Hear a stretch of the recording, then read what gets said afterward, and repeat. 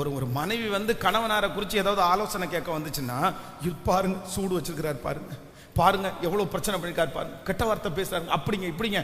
அந்த பையனை குறித்து எவ்வளவு மோசமா சொல்ல முடியுமோ அத்தனையும் சொல்லியாச்சு. இப்போ இன்னொரு பக்கத்துல இருக்கிறது என்னன்னே நமக்கு, ஒருவேளை அந்த பையன் வாயில்லாத பூச்சியா இருந்தா ஒண்ணுமே பேச மாட்டான். உடனே நம்ம என்ன நினைப்போம், ஓ சரி இந்த புள்ள கொடுமை அனுபவிக்கும் போல தெரியுது அப்படின்னு நினைச்சு நம்ம ஒரு கவுன்சிலிங் கொடுப்போம். அந்த கவுன்சிலிங் செல் ஆகாது.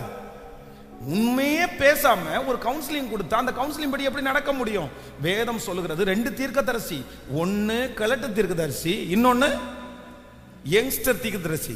இந்த இளம் தீர்க்கதரிசி கிழட்டு தீர்க்கதரிசி சொல்றாரு, நீ வாப்பா எங்கிட்ட ஆண்டவர் பேசினாரு, நீ வந்து எங்கிட்ட சாப்பிட்டு போன்னு சொல்றாரு. ஆனா இவர்கிட்ட சாப்பிட வேணான்றாரு. இவர் வயசானவராச்சு, நம்மளை விட இவர் அனுபவசாலியாச்சு, இவர் சொன்னா சரியாதான் இருக்கும்னு நினைச்சிட்டு அவர் வீட்டுல சாப்பிட போனா திரும்பி கஷ்டப்பட்டது யாரு? இளம் தீர்க்கதரிசனுடைய வாழ்க்கை போச்சா? யாரால வாழ்க்கை போச்சு? யாரால வாழ்க்கை போச்சு? ஊழியக்காரரால, தீர்க்கதரிசினால. என்னுடைய கண்களுக்கு முன்பாய் பார்த்திருக்கிறேன் எத்தனையோ ஊழியக்காரர்கள் கொடுக்கிற கவுன்சிலிங்னால, தீர்க்கதரிசிகள் என்கிற பேர்ல இருக்கிற சிலருடைய கவுன்சிலிங்னால சிலருடைய குடும்பம் சின்ன பின்னமாயிருச்சு, சிலருடைய தொழில் ஒண்ணும் இல்லாம போயிருச்சு. கண்மூடித்தனமா யார் சொன்னாலும் கேட்க கூடாது. ஆண்டவர் உங்கள்கிட்ட பேசுவாரு. வேதம் சொல்லுகிறது, நான் உனக்கு போதித்து நீ நடக்க வேண்டிய வழியை உனக்கு காட்டுவேன், உன்மேல் என் கண்ணை வைத்து உனக்கு ஆலோசனை சொல்லுவேன்.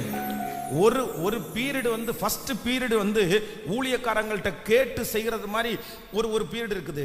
இன்னொன்னு என்ன அப்படின்னா, நீங்க எந்த அனுபவத்திற்கு வரணும் அப்படின்னு சொன்னா, எந்த மனுஷனுடைய ஆலோசனையும் கேட்காம கர்த்தர் உங்களுக்கு ஆலோசனை பண்ணி நடத்துகிற அந்த ஒரு பொசிஷனுக்கு உங்க வாழ்க்கை வரணும்.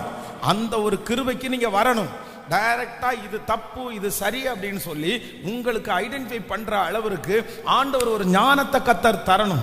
ஏதாவது ரொம்ப மேஜர் ரொம்ப பெரிய பிரச்சனை, அந்த மாதிரி ஏதாவது வருஷத்துக்கு ஒரு டைம் இல்லைன்னா 5 வருஷத்துக்கு ஒரு டைம் அந்த மாதிரி ஒரு ப்ராப்ளம் வரும்போது மட்டும் நல்ல ஜெபிக்கிற தேவ மனுஷங்களிடத்துல போலாமே தவிர, முடிஞ்ச வரைக்கும் நான் நம்புறேன் கர்த்தரும் உங்களும் அவர் உங்களை நடத்துவார், அவர் உங்களை சொல்லி தருவார், அவர் உங்களை போஷித்து நடத்த வல்லவர்.